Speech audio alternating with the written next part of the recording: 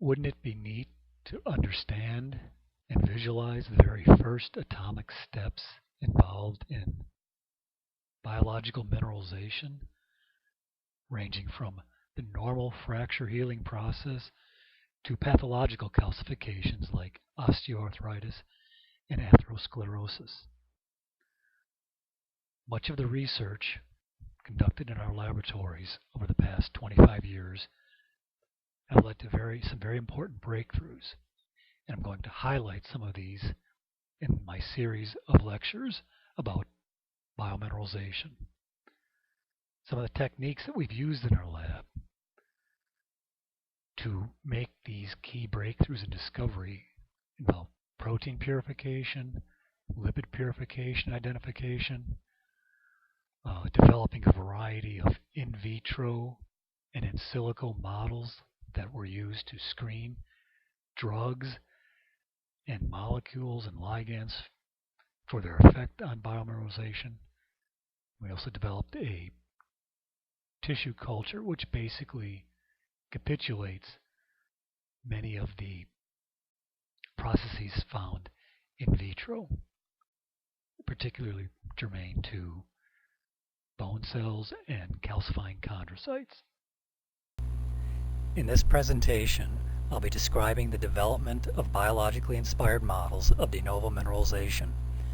These physical and theoretical representations have been built within a framework of physiological relevance, using accurate potential energy functions refined to each system so that they can be tested in vitro and in silico. Molecular dynamic simulation of these complexes produces a compelling vision of the nanomachinery of matrix vesicles that enable them to control mineral deposition at precise locations within the body. Based on these models, high-throughput mineralization screening assays have been developed and harnessed to the powerful engine of supercomputing chemistry to accelerate the discovery of drugs that can either enhance the healing of bone fractures or prevent pathological calcium depositions in cases such as osteoarthritis. Beyond this, the remarkable process of matrix vesicle biomineralization will be revealed in exciting atomic level detail by the use of in silico animation and visualization. First, I shall give a quick overview of biological calcification. This is a cell-mediated physiological process by which the tissues become calcified. In vertebrates, the precipitation of calcium phosphate salts. It occurs normally during the development of hard tissues, for example during the development of a calcifying long bone, or in the healing fracture callus, in which case the development of the long bone, the growth plate, is recapitulated.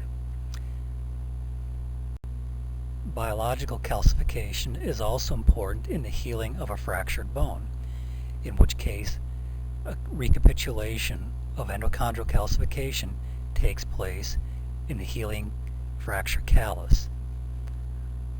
This process takes anywhere from 6 to 8 weeks for a normal bone, depending upon the injury. So I've just described two types of normal biological calcification. In contrast, pathological calcification occurs in diseases such as osteoarthritis, chondrocalcinosis, and atherosclerosis, where it often occurs in association with atherosclerotic plaques. Matrix vesicles have been shown to be involved in the de novo mineral deposition in osteoarthritic lesions. Because of their importance to both normal and pathological calcification, elucidating the mechanism involved in matrix vesicle mineral deposition will be of great value in the design of effective therapeutics for the treatment of dysfunctional calcification. Here we show a calcifying matrix vesicles that has been isolated from growth plate chondrocytes. From these studies, we have shown that matrix vesicles include a wide variety of enzymes, proteins, lipids, electrolytes, and associated extracellular matrix proteins such as collagen, proteoglycan, and hyaluronic acid binding protein. Of particular interest are the elevated levels of a lipid called phosphatidylserine and of a calcium binding protein termed annexin 5. We first used quantum mechanical chemistry to develop parameters for the novel entities present within vesicles, particularly phosphatidylserine when complexed with calcium and phosphate.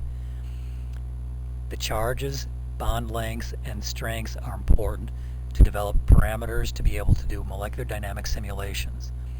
This information was then added to the charm parameter file within the NAMD simulation. One of our first simulations was with phosphatidylserine complexed by itself, with calcium, or with calcium and phosphate. These studies show the difference in the conformation of the phospholipid head group depending upon the presence of calcium and/or phosphate. We also reveal for the first time the hydrogen bonding of the ammonium group of nitrogen of phosphatidylserine with the phosphate ion.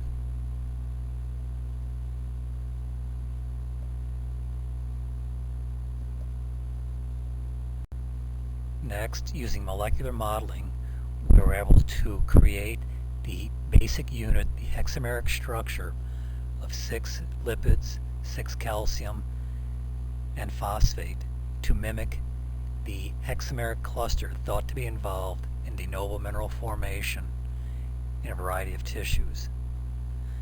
We were able to add different phospholipids to these complexes and explore the effect that they had on the bond distances between the calcium and phosphate ions, shown in yellow and magenta.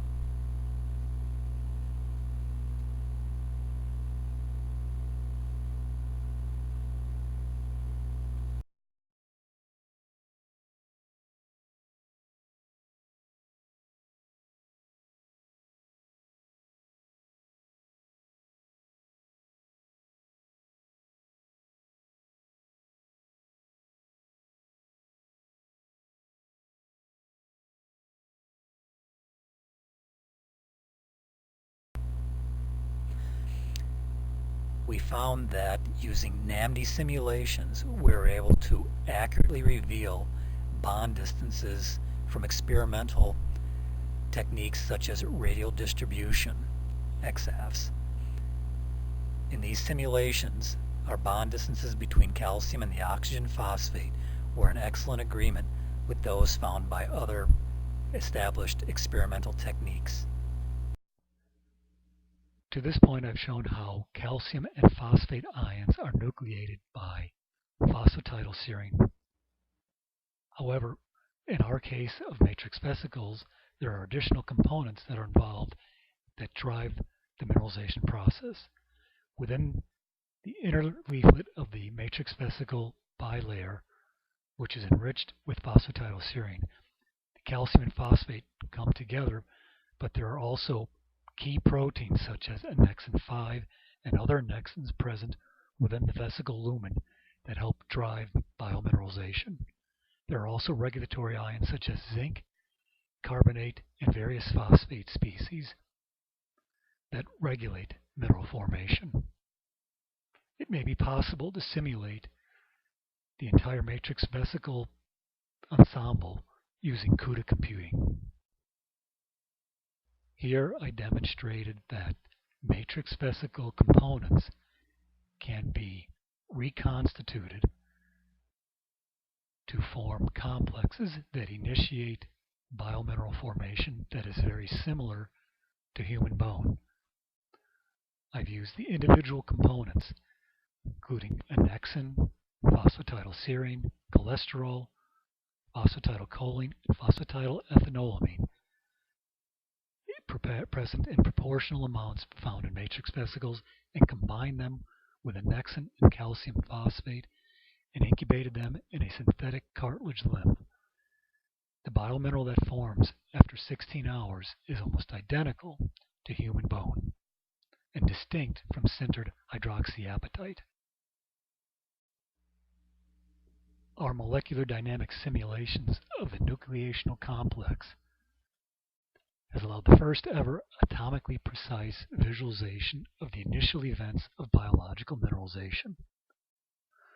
We have also recreated these ensembles in vitro and shown that they also can form biomineral. These biomineral ensembles can be built and simulated using CUDA computing and compared to a variety of other synthetic complexes. This will accelerate the discovery of the mechanism of matrix vesicle action and will also automate and accelerate the testing of various mineral competent complexes and drugs that can induce or inhibit the biomineral process. And by the TerraGrid. Software used for this research was Visual Molecular Dynamics and Nanoscale Molecular Dynamics, developed by the Theoretical and Computational Biophysics Group at the University of Illinois, Urbana-Champaign. This research was supported by the National Institutes of Health, and I would also like to thank NVIDIA and David Lubke for hardware support, and my colleagues Dr. Roy Woothier and Dr. Leisha Wu. We've been together for over 20 years. Thank you for your attention.